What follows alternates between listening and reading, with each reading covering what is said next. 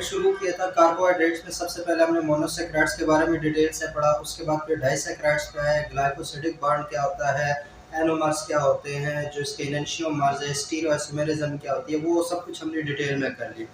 उसके बाद हम आ गए थे पॉलीसेक्राइड्स में, और पॉलीसेक्राइड्स में हमने सबसे पहले स्ट्रक्चरल जो पॉलीसेक्राइड्स है उसकी मेन इंपॉर्टेंट जो एग्जांपल्स थी वो देखी थी, जिसमें हमने सेलुलोज और काइटिन को बड़े डिटेल से पढ़ा था। आज का जो लेक्चर है, आज के लेक्चर में हम बात करने वाले हैं ऐसे पॉलीसेक्राइड्स को जो कि स्टोरेज पॉलीसेक्राइड्स होते हैं, जो कि स्टोरेज में इन्वॉल्व होते हैं। तो वो वाले जो पॉलीसेक्राइड्स हमारे पास है वो कौन कौन से हैं, उसमें जो इंपॉर्टेंट पॉलीसेक्राइड्स हमारे पास है स्टोरेज पॉलीसेक्राइड्स में, एक तो हमारे पास स्टार्च है और एक हमारे पास ग्लाइकोजन है। ठीक है, तो इन दोनों के बारे में हम डिटेल से पढ़ेंगे। अब स्टार्च क्या है, जितने भी हम खुराक की खाते हैं इसमें जितना तुम लोग सोच सकते हो मैक्सिमम में स्टार्च है, सिवाय प्रोटीन जो गोश्त वाला मटेरियल है, जो मछली वाले अंडे वाले, उसको निकाल दो, तो जितना भी हम स्टार्च या जो फूड कंज्यूम कर रहे हैं तो उसमें मैक्सिमम स्टार्च है। अगर स्टार्च को मैं आसान लफ्जों में उर्दू में कहूँ, जो आटा होता है हमारे पास वो हमारे पास होता है स्टार्च। इसके अलावा जैसे हमारे पास अब पोटैटोज है, आलू है, तो वो मैक्सिमम सोर्स ऑफ स्टार्च है। राइस है वो हमारे पास सोर्स ऑफ स्टार्च है। व्हीट हमारे पास सोर्स ऑफ स्टार्च है। मकई का जो आटा होता है वो हमारे पास सोर्स ऑफ स्टार्च है। तो स्टार्च जो है प्लांट्स में अनएवॉल्व है, तो वो स्टार्च क्या होता है उसके बारे में आज हम डिटेल से जो है ना वो जानने की कोशिश करेंगे। तो सबसे पहले हमारे पास जो कौन सी स्टार हमारे कार्बोहाइड्रेट्स आज हम पढ़ने जा रहे हैं, वो हम पढ़ने जा रहे हैं स्टार्च के, जो कि स्टोरेज मतलब ये एनर्जी स्टोर करेगी, ग्लूकोज स्टोरेज जो है, तो ये स्टोरेज पॉलीसेक्राइड्स है। और इसके दो इंपॉर्टेंट जो एग्जांपल्स हैं वो हमारे पास कौन सी है, स्टार्च और ग्लाइकोजन। तो हम सबसे पहले स्टार्च से स्टार्ट लेंगे, स्टोरेज पॉलीसेक्राइड्स। स्टोरेज पॉलीसेक्राइड में सबसे जो इंपॉर्टेंट है वो स्टार्च है। क्या है, स्टार्च है। मैंने कहा जो रिच सोर्स ऑफ ग्लूकोज है, जिसमें हम फूड खाते हैं मैक्सिमम स्टार्च है। ठीक है, आटा जो रोटी होती है वो स्टार्च है, जो मैदा होता है जिससे समोसे पकौड़े बनते हैं वो स्टार्च है, राइस से आता है ना, उसके बाद चावल है वो स्टार्च है, आलू है वो स्टार्च है, कचालू है वो स्टार्च है, सब्जी में मैक्सिमम हमारे पास स्टार्च होता है। तो जो ये स्टार्च है ये बड़ी इंपॉर्टेंट हमारे पास एक पॉलीसेक्राइड है, स्टोरेज पॉलीसेक्राइड। तो स्टार्च की अगर हम बात करते हैं, ठीक है, तो स्टार्च जो है बना होता है ग्लूकोज का। किसका बना होता है, ग्लूकोज का। और ये डिपॉजिटेड इन प्लांट्स, प्लांट्स में होता है, याद रखना। एनिमल में स्टार्च नहीं होता है, मतलब प्लांट्स होते हैं वो अपने ग्लूकोज जो बना रहे होते हैं उसको फिर in the form of starch जो है वो इनसॉल्युबल ग्रेन्यूल्स के फॉर्म में क्लोरोप्लास्ट में उसको जमा कर रहे होते हैं in the form of starch. Glucose नहीं, in the form of starch, जो ग्लूकोज को in the form of starch जमा कर रहे होते हैं। फिर जब उन्हीं स्टार्च को हम खाते हैं तो उसी स्टार्च से हम अपना ग्लूकोज लेते हैं, और उसी ग्लूकोज से जो बचेगा उसी से ग्लाइकोजन बनेगा, वो हम बाद में पढ़ेंगे। तो सबसे पहले deposited in chloroplast, in chloroplast में ये स्टार्च जो है ना वो डिपॉजिट होता है इन the form of insoluble granules. छोटे छोटे दानों के फॉर्म में जो है ना इनसॉल्युबल ग्रेन्यूल्स के फॉर्म में जो है ना ये क्लोरोप्लास्ट में जो है ना वो डिपॉजिट होना शुरू होता है। तो अब ये हो गया हमारे पास स्टार्च। स्टार्च के अगर हम स्ट्रक्चर की बात करते हैं, क्योंकि हमारी जितने भी कार्बोहाइड्रेट से रिलेटेड लेक्चर है उसमें हमारा मेन फोकस स्ट्रक्चर पे, किस पे है। बाकी तो इसके बहुत सारे फायदे हैं, बहुत सारे इसके यूजेस है, बहुत से प्रैक्टिकल एप्लीकेशंस है, लेकिन इन लेक्चर्स में जो हम फोकस कर रहे हैं वो इनके स्ट्रक्चर पे फोकस कर रहे हैं। किस चीज पे फोकस करें, स्ट्रक्चर पे। तो अगर स्टार्च के स्ट्रक्चर की बात करें तो स्टार्च जो है वो सेवरल थाउजेंड मतलब कई हजार ग्लूकोज के सब यूनिट जो है ग्लूकोज के रेजिड्यूज से मिलकर बनता है। कई हजार ग्लूकोज रेजिड्यूज से मिलकर एक स्टार्च बनता है। लेकिन किस टाइप का ग्लूकोज है, वो अल्फा होता है, बीटा होता है, उसमें ग्लाइकोसिडिक लिंकेज कौन सी होती है, इस चीज को हमने पढ़ा है। तो स्टार्च बेसिकली दो तरह का स्ट्रक्चर में जाए तो इसमें दो तरह की ब्रांचेस होती है। एक हमारे पास है अल्फा अमाइलोज, और एक हमारे पास है अमाइलोपेक्टिन। स्टार्च के अगर हम स्ट्रक्चर की बात करें तो इसके दो पार्ट्स कह सकते हैं हम, एक अल्फा अमाइलोज है और एक हमारे पास अमाइलोपेक्टिन है। तो अब जो अल्फा अमाइलोज है, अल्फा अमाइलोज हमारे पास बेसिकली लीनियर चेन है, बिल्कुल सीधी एक चेन है, लीनियर चेन है। किसके आप मतलब कई हजार जो ग्लूकोज रेजिड्यूज है उसकी एक लीनियर चेन होती है ग्लूकोज रेजिड्यूज की। ठीक है, और इसमें देखें ये हमारे पास एक ग्लूकोज है, ये क्या हमारे पास एक ग्लूकोज है, एक हमारे पास बिलफर्ज इधर एक ग्लूकोज आ गया,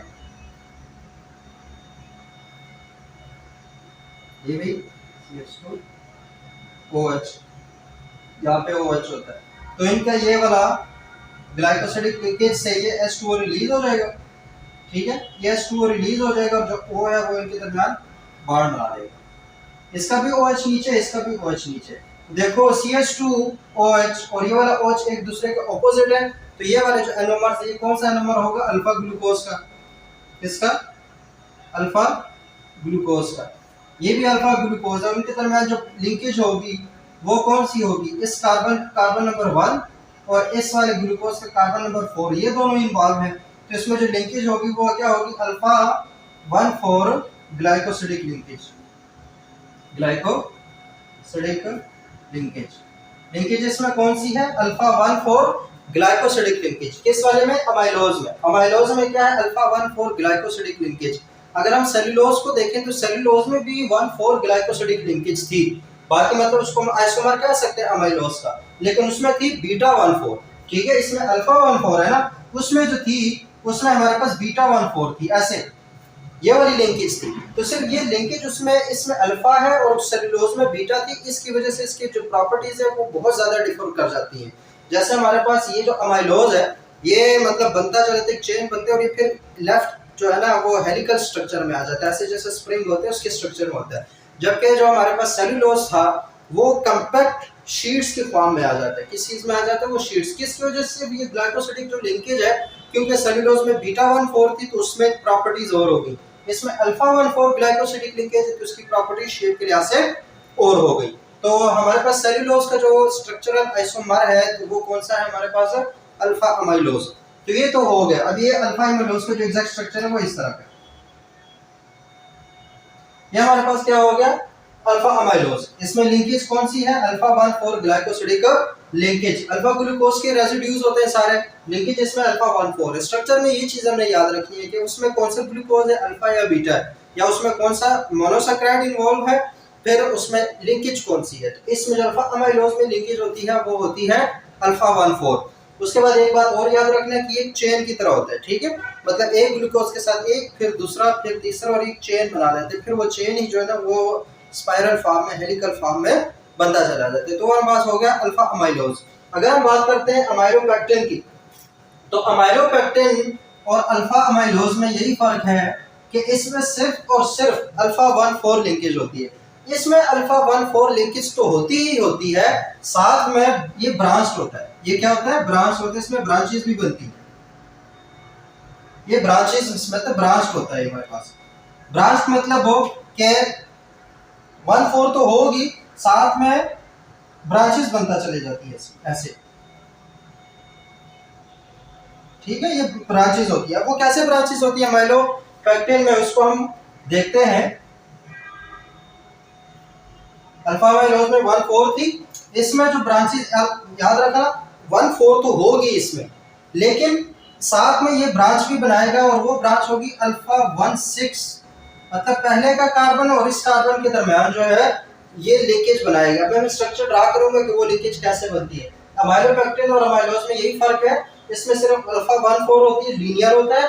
अमाइलोपेक्टिन में अल्फा 1,4 भी होती है, अल्फा 1,6 जो ग्लाइकोसिडिक लिंकेज है वो भी होता है, और ये ब्रांच चेन होता है, मतलब ये ब्रांच है, ऐसे चेन, फिर नीचे, फिर ऐसे चेन, ये ब्रांच के फॉर्म में होगा, जबकि अमाइलोज जो है वो बिल्कुल लीनियर होगा। तो ये जो इसमें जो लिंकेज है वो अल्फा 1,6 है। अब कैसे है देखो, हम इसको ड्रा करते हैं अमाइलोपेक्टिन को, यहाँ से इसको गौर से समझो। इसमें जो इम्पोर्टेंट है वो इसके डिफरेंसेस है कि अमाइलोपेक्टिन और अमाइलोज में डिफरेंसेस क्या है, ठीक है। तो यहाँ से देखो हम क्या ड्रा करने लगे, अमाइलोपेक्टिन। ये है हमारे पास अमाइलोपेक्टिन जिसको आज हमने ड्रा करना। अमाइलोपेक्टिन में हमने क्या कहा कि अल्फा 1,4 लिंकेज भी होती है और अल्फा 1,6 लिंकेज भी होती है, ठीक है। और एक बात याद रखना, इसमें जो ब्रांचेस है वो तकरीबन 24 से 30 ग्लूकोज जब सीधे होते हैं, जब ये 24 से 30 रेजिड्यूज ग्लूकोज के वो एक चेन में जुड़ जाते हैं, उसके बाद फिर उसमें एक ब्रांच आ जाती है, फिर उससे अगले हो जाते हैं, फिर उसमें ब्रांच आ जाती है और इससे ब्रांच फैलते चले जाते हैं, ठीक है। तो अमाइलोज में, अमाइलोपेक्टिन में कितने रेजिड्यूज के बाद? 24 से 30 ग्लूकोज रेजिड्यूज के बाद ब्रांचेज आती हैं। कितने रेजिड्यूज के बाद? 24 से 30 ग्लूकोज। देखो ऐसे बिलफर्ज ये हमारे पास एक ग्लूकोज का रेजिड्यू है CH2OH, ठीक है, इसने बॉन्ड बनाया हुआ है अगले एक ग्लूकोज के रेजिड्यूज के साथ, ठीक है, ये एक और हो गया। इसी तरह एक ये है और इसका आपस में बॉन्ड बना हुआ है, ठीक हो गया, CH2OH। इसी तरह एक और है और इनका आपस में बॉन्ड बना हुआ है। अब ये तो हमारे पास हो गया सिंपल जो अमाइलोज का स्ट्रक्चर है, जिसमें से अल्फा 14 और ये लीनियर मतलब कई हजार जो ग्लूकोज के रेसिड्यूज है वो जुड़ते चले जाएंगे और एक लीनियर स्ट्रक्चर बनता चला जाएगा। वो तो ऐसे होगा। अमाइलोपेक्टिन में क्या होता है कि बिलफर्ज हमारे पास ये CH2OH है, ठीक है, ये CH2OH है, मैंने इसको ऊपर ड्रा कर दिया, मैं इसको यहाँ पे बनाता हूँ। यहाँ पे बिलफर्ज ये CH2OH है, ठीक है, यहाँ पे एक और ग्लूकोज का रेसिड्यू। अब इसके ये कार्बन नंबर 1 है, ये कार्बन नंबर 6 है। अब इसका जो OH और इस वाले का OH ये दोनों आपस में क्या बना लेंगे? ग्लाइकोसिडिक लिंकेज के थ्रू। ये कार्बन नंबर 6 है, ये कार्बन नंबर 1 है, तो ये दोनों आपस में क्या ग्लाइकोसिडिक लिंकेज बना लेंगे। तो इसमें से OH और H में से H2O रिलीज हो जाएगा और ये जो CH2 है और ये वाला जो ग्लूकोज का रेसिड्यू है ये आपस में ग्लाइकोसिडिक लिंकेज के जरिए जुड़ जाएंगे। कैसे? कार्बन की CH2 और ये वाला, ये दोनों आपस में ये वाला जो बॉन्ड बना देंगे। ये हमारे पास कौन सा बॉन्ड है? ये बॉन्ड हमारे पास है अल्फा 16, ठीक है। इस वाले कार्बन का, इस वाले ग्लूकोज का कार्बन नंबर 1 और इस वाले ग्लूकोज का कार्बन नंबर जो 6 है, उन दोनों ने अल्फा 16 ग्लाइकोसिडिक लिंकेज के जरिए ब्रांच बना लिया। अब हो सकता है ये आगे जो है फिर इसी तरह की चेन बना रहा हूं। इसी तरीके से हमारे पास बिलफर्ज ये वाला है, ये क्या है? इसका कार्बन नंबर 1 है ना इस ग्लूकोज का, यहाँ पे बिलफर्ज एक और CH2OH था, ये OH है, तो अब इस CH2 यहाँ पे भी क्या बना देंगे? ग्लाइकोसिडिक लिंकेज बन जाएगी इस तरह की, ठीक है। अब ये क्या है? ये भी कार्बन नंबर 1 है, ये भी कार्बन नंबर 6 है, तो ये अल्फा 16 ग्लाइकोसिडिक लिंकेज बन गई। अब इसके अलावा ये ठीक है, ये आगे से फिर बना रहे एक और अपने तरीके से, ये CH2OH है, फिर ये इस तरह। अब ये देखिए एक ब्रांच यहाँ से शुरू हो गई, एक ब्रांच यहाँ से शुरू हो गई, हो सकता है अगली ब्रांच जो है वो यहाँ से शुरू हो जाए,